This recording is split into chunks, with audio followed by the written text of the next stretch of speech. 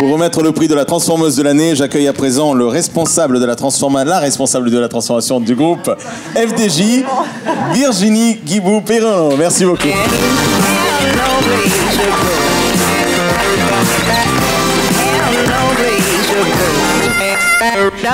Virginie. Bonsoir Laura. Bonsoir. Ça, c'est un prix qui nous tenait vraiment à cœur, hein, celui de la transformeuse de l'année. Oui, vraiment, franchement, j'en profite pour te remercier et remercier Tout Spark également de m'offrir la possibilité d'être marraine de ce prix, parce qu'effectivement, à toi, il te tient à cœur, mais à moi, il me tient aussi particulièrement à cœur, puisque je suis vraiment une fervente défenseuse des droits et des légalités hommes-femmes en entreprise, notamment. J'ai de la chance d'être à la FDJ et d'avoir une entreprise, justement, qui est vraiment sur ce front-là assez exemplaire. Donc, effectivement, je suis ravie. Eh bien, je t'en prie. Je pense qu'on est tous curieux d'en savoir plus sur cette transformation de la FDJ. On en a un tout petit peu parlé. Toi, tu le vis de l'intérieur. Est-ce que tu peux nous dire où en est la FDJ aujourd'hui et pourquoi? Et quel est ton rôle là-dedans? Alors, la FDJ, j'aimerais bien vous la présenter, mais ça va prendre un peu de temps. Et finalement, je pense qu'elle fait partie de votre vie à tous, puisqu'on a 26 millions de clients. Donc, vous n'avez sans doute pas échappé cette année ou l'année prochaine, sans doute, à un euro-million, à l'auto, un petit grattage. Il y a 30 000 points de vente à peu près. Donc, c'est vraiment votre quotidien. Donc, je ne vais pas forcément m'étendre trop sur nos produits qui sont, je pense, dans votre quotidien, même si vous n'êtes pas forcément des consommateurs. En revanche, je vais vous parler un peu du contexte qu'on est en train de vivre, parce que c'est pas quelque chose forcément qui est dans la tête des gens. Le contexte de la FDJ, il peut paraître relativement serein, il peut paraître plutôt, comment dirais-je, porteur. C'est vrai, je vais pas vous mentir, c'est pas une entreprise où on vit mal. C'est une entreprise où il y a 2200 collaborateurs et on réalise un très très beau chiffre d'affaires comparé au nombre de collaborateurs. Pour autant, c'est presque la difficulté qu'on peut avoir, parce que le contexte aujourd'hui, il est quand même celui que vous connaissez tous. Une transformation digitale qui accélère tous les comportements de nos consommateurs. Des consommateurs finalement qui vont consommer du jeu, beaucoup, hein, mais finalement pas forcément du jeu de la FDJ. Voilà, les plus jeunes consommateurs, ils vont consommer du jeu qui va être du jeu vidéo, ils vont consommer du jeu, du casual gaming, ils vont consommer beaucoup d'autres sortes de jeux, et ils vont pas forcément mettre 1 ou 2 euros dans Morpion, ce qui faisait marrer tout le monde il y a 10 ans. Aujourd'hui, c'est pas forcément le cas. Donc à nous aussi, FDJ, de nous réinventer par nos produits, par nos services, mais également de nous transformer culturellement. Et c'est peut-être ce qu'il y a de plus difficile, c'est de faire comprendre à nos collaborateurs que le mur, en fait, ça fait peut-être 10 ans, 15 ans qu'on leur dit qu'il arrive, et on le voit toujours pas. Mais il va arriver, donc en fait vraiment, il faut se transformer là. Et c'est vraiment ce qu'il y a de plus difficile, transformer des collaborateurs qui n'ont pas dans la tête ou dans leur façon de vivre l'entreprise ou dans le chiffre d'affaires qu'on fait chaque année, n'ont aucune preuve que le mur il arrive, alors qu'on leur dit tous les ans. Donc ça, c'est vraiment un élément très fort chez nous, de contexte.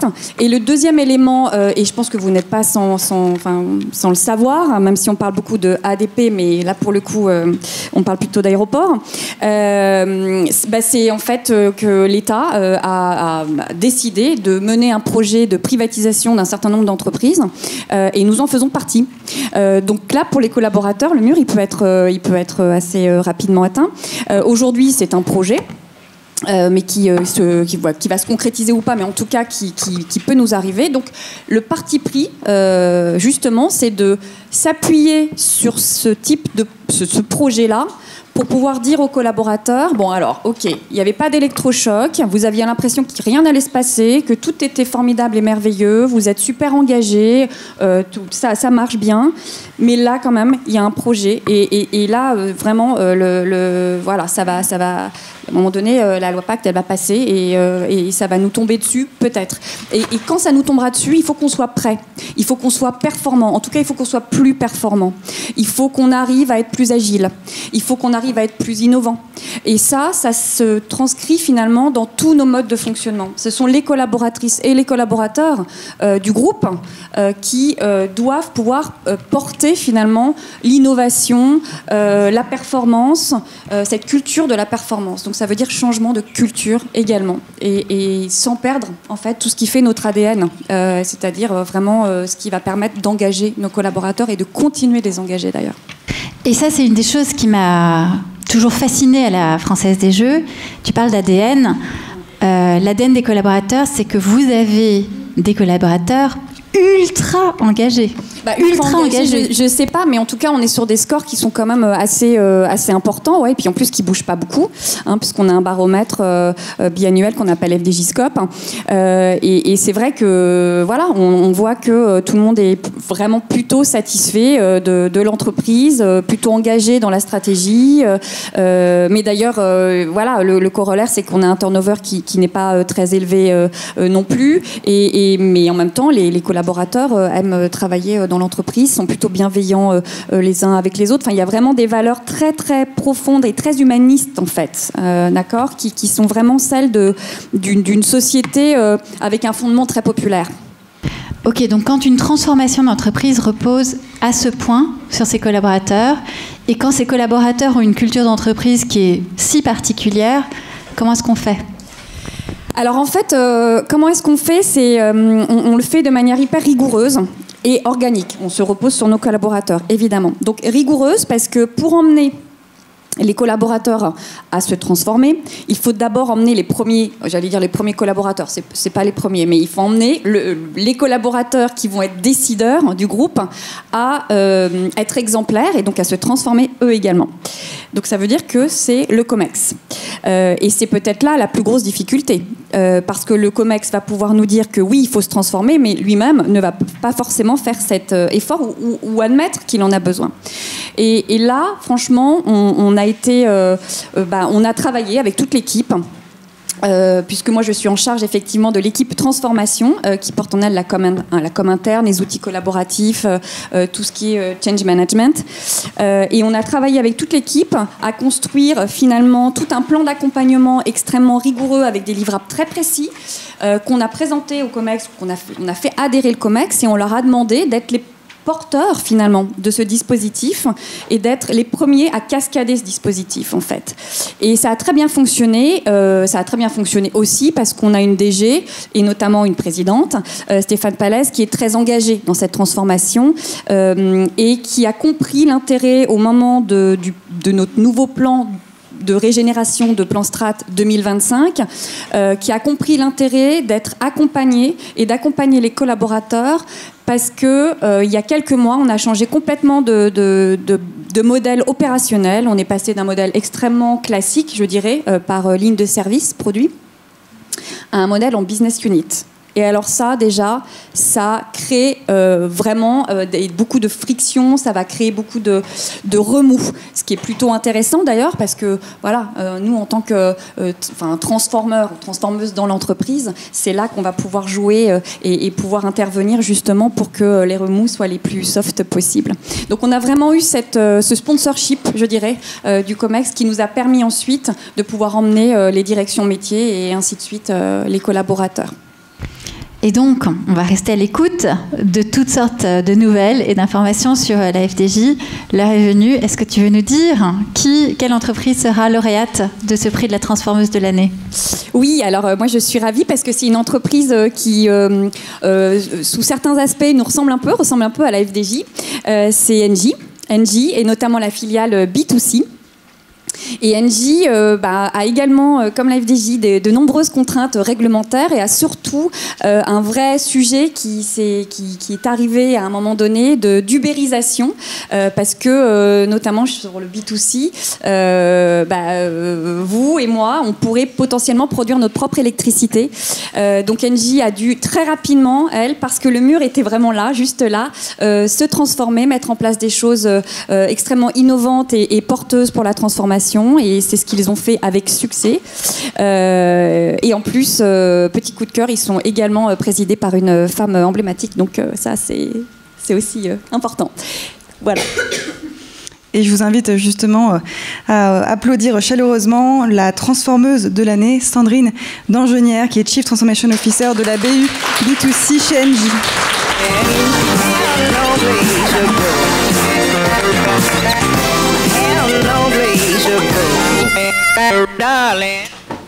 Est-ce que tu veux te mettre au milieu peut-être?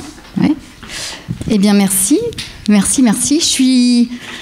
Ça me fait plaisir que ce soit la FDJ, parce que la FDJ et moi, on échange depuis 2 ans et il y a plein d'actions qui m'ont inspirée, notamment pour accélérer la transformation culturelle de Engie. En tout cas, bravo. Bravo, franchement, c'est vraiment très, très chouette. Alors, parle-nous un petit peu de ces transformations que tu as pu mettre en œuvre, toi, au sein de ta filiale, où il y a quand même 6000 collaborateurs. Moi, ça me donne un peu le vertige, mais... et surtout finalement, qui descend du groupe, et avec cette idée visionnaire qu'avait votre présidente, et qu'il fallait mettre en œuvre de manière fonctionnelle, voire matricielle. C'est comment tu as géré avec les personnes avec qui tu travailles? Ok, alors... pour commencer, en fait, je voudrais juste rappeler vous expliquer en quoi le secteur de l'énergie, en fait, subit et connaît une révolution absolument sans précédent. Nous, on l'appelle les 3D, pour décarbonisation, digitalisation et décentralisation. Bon, digitalisation, vous savez tous ce que c'est, mais dans l'énergie, en fait, ça nous permet, en tout cas, c'est l'opportunité de créer des offres ultra personnalisé pour les clients, avec de l'IoT et des équipements qui seraient pilotés, monitorés à distance, avec beaucoup de data, et notamment les compteurs communicants vont être un atout dans ce domaine.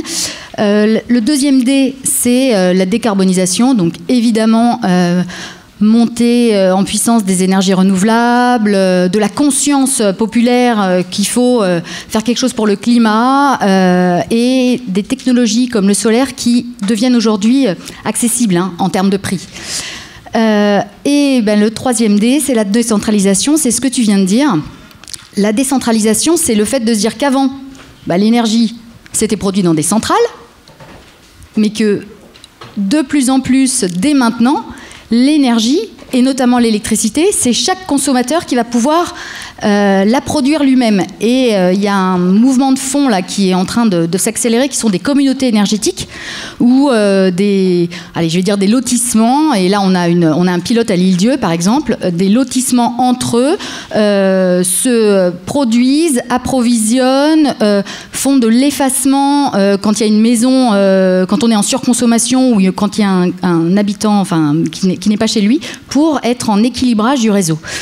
Donc c'est 3D et cette décentralisation qui fait que si demain on ne réagit pas, et si Engie ne réagit pas, eh bien on va se faire ubériser par nos clients et on va disparaître. Ça a été le point de départ de la transformation du groupe, impulsé vraiment par Isabelle Kocher, notre DG, qui est arrivée fin 2015. Et donc moi je suis dans la business unit France B2C, donc c'est la France, les clients, c'est vous peut-être, j'espère qu'il y a beaucoup de clients dans la salle. On a impulsé la transformation dès 2016, complètement dans cette vision des 3D, mais en se disant, nous, d'abord on a une ambition, quoi. Et notre ambition, c'est, on ne veut pas rester comme on est, on veut être le premier. On veut être le premier sur le marché de la transition énergétique en France, et être le premier, ça veut dire dépasser un acteur que vous connaissez peut-être et qui a beaucoup de clients, et qui est notre ancien frère, parce qu'avant le marché était régulé. Et donc cette transformation, pour devenir premier, elle impliquait 3 choses.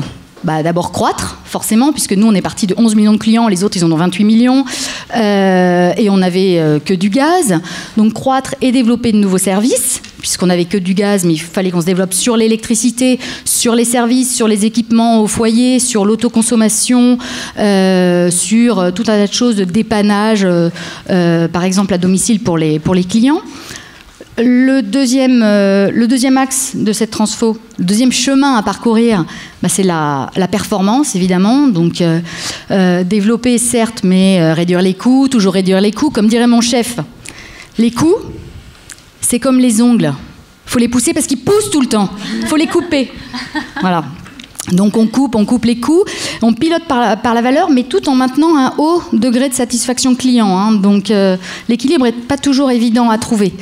Et le troisième chemin de notre transformation, bien sûr, c'est de réussir à faire tout ça en embarquant les collaborateurs, en développant leur employabilité. Ils étaient sur des métiers qui parfois évoluent, voire disparaissent. Hein. Nous, on a tout un tas de call centers en France. On avait 2000 personnes. Et avec la transformation de notre relation client vers le digital, il faut faire évoluer tous ces gens qui là, ne reçoivent plus d'appels téléphoniques. Hein. Donc, derrière ces 3 axes, on a mis en place des projets de transformation. Et moi, mon rôle, hein, il est triple. Hein. Je suis juge de ligne.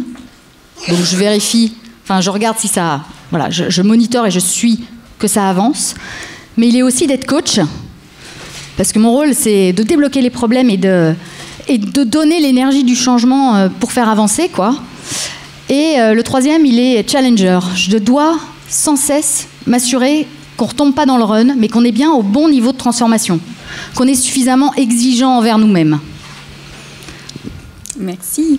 Et donc, est-ce que pour mener toutes ces transformations et ces projets de transformation, est-ce que tu as des petits tips, des petites méthodos ou des méthodos à nous partager comment, sur 2 ou 3 exemples, tu pourrais nous dire que tu as fait avancer les choses et comment tu peux le mesurer également?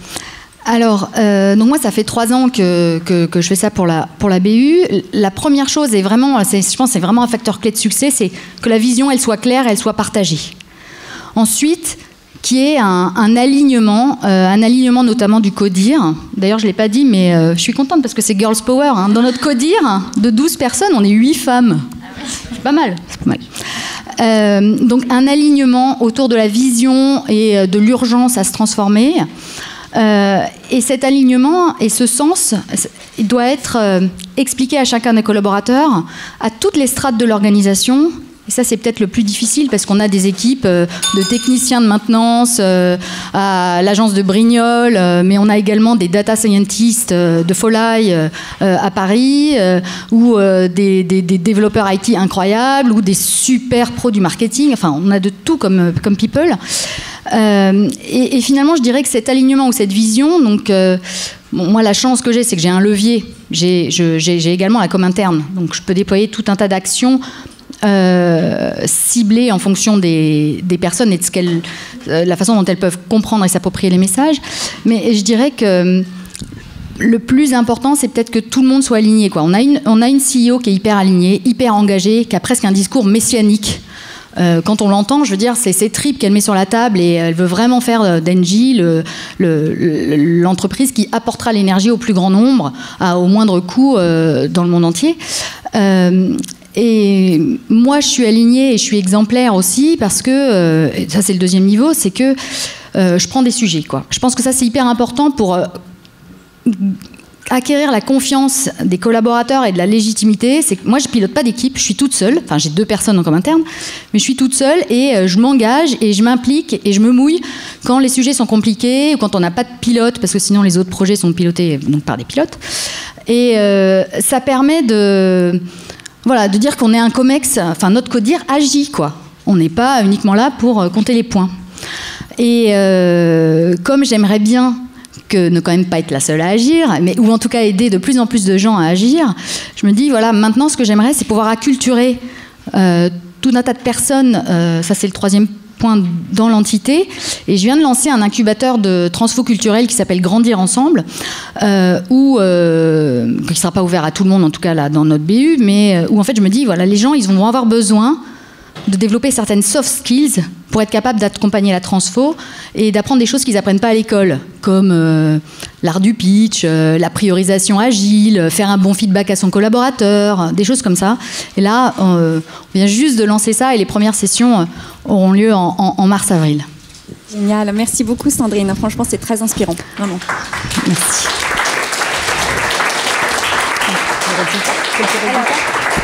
Moi, Oui, absolument. J'ai en effet 2 questions pour toi, Sandrine. La première, c'est concrètement, enfin déjà, je trouve assez inspirant inspirant cette définition du Chief Transformation Officer. C'est encore une fonction qui est assez vague dans les organisations et je trouve que la définition que tu en donnes est claire. Elle permet de comprendre comment faire avancer des projets qui sont titanesques et d'y parvenir rapidement. Donc concrètement, j'aimerais bien que tu me dises qu'est-ce que tu mesures comme résultat. Voilà, on est tous accountable à un moment donné ou à un autre. Sur quoi est-ce que toi tu t'es mesuré? La seconde, c'est une question ToSpark, et donc je te la mets dans la foulée. Oui. Chez ToSpark, une des choses qui est primordiale, c'est l'engagement des collaborateurs, puisque le succès passe par là.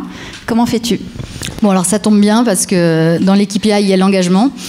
Nos résultats, ils sont, on est assez fiers de nos résultats. On a lancé, donc en 3 ans, on a lancé des offres qui aujourd'hui sont devenues des standards du marché.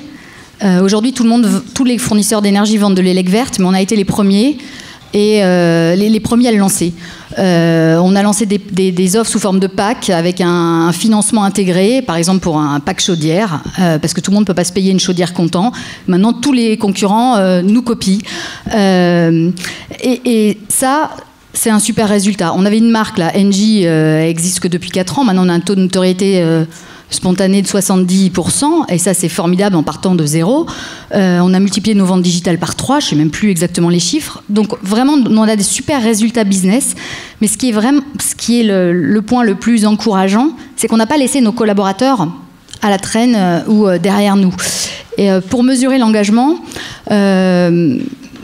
nous, dans le groupe Engie, il y a un outil que je trouve finalement assez utile, qui est un baromètre social, qui existe depuis 3 ans, qui a été impulsé par Isabelle Cocher, qui est donc ouvert aux 155 000 collaborateurs du monde et donc dans tous les pays. Dans lequel, donc en termes de résultats, au bout de 3 ans, on commence à voir des choses, mais et surtout le résultat de nos actions. D'abord, nos collaborateurs, ils ont répondu à 82%. Chez nous, c'est incroyable. On était la 4e entité du groupe sur, je ne sais plus combien, 50 qui étaient comptés. Donc ça, c'est super. Et la deuxième chose, c'est qu'on voit que, moi, ce que j'ai vu, et je suis hyper contente, c'est que sur des questions comme nos managers ou les responsables de la BU suscitent de l'enthousiasme pour le changement, il y avait un taux de très favorable, je ne sais plus, au-delà de 75%, donc ça c'est génial, c'est nous, quoi, c'est moi. De dire qu'ils comprennent les objectifs de la BU et qu'ils sont alignés et qu'ils adhèrent. Et ça c'est un travail que j'ai fait l'année dernière, et du coup sur ce baromètre d'ailleurs, on avait progressé de 12 points en 1 an. Et la dernière chose, c'est que le rythme du changement, qui est pourtant costaud, ne leur fait plus peur. Et donc, ces résultats, je trouve voilà, c'est qu'une fois par an, mais en l'occurrence, ils sont assez éloquents sur l'adhésion à la transformation. Eh bien, écoute, c'est fantastique. On est extrêmement fiers d'avoir l'opportunité de te remettre ce prix. Merci.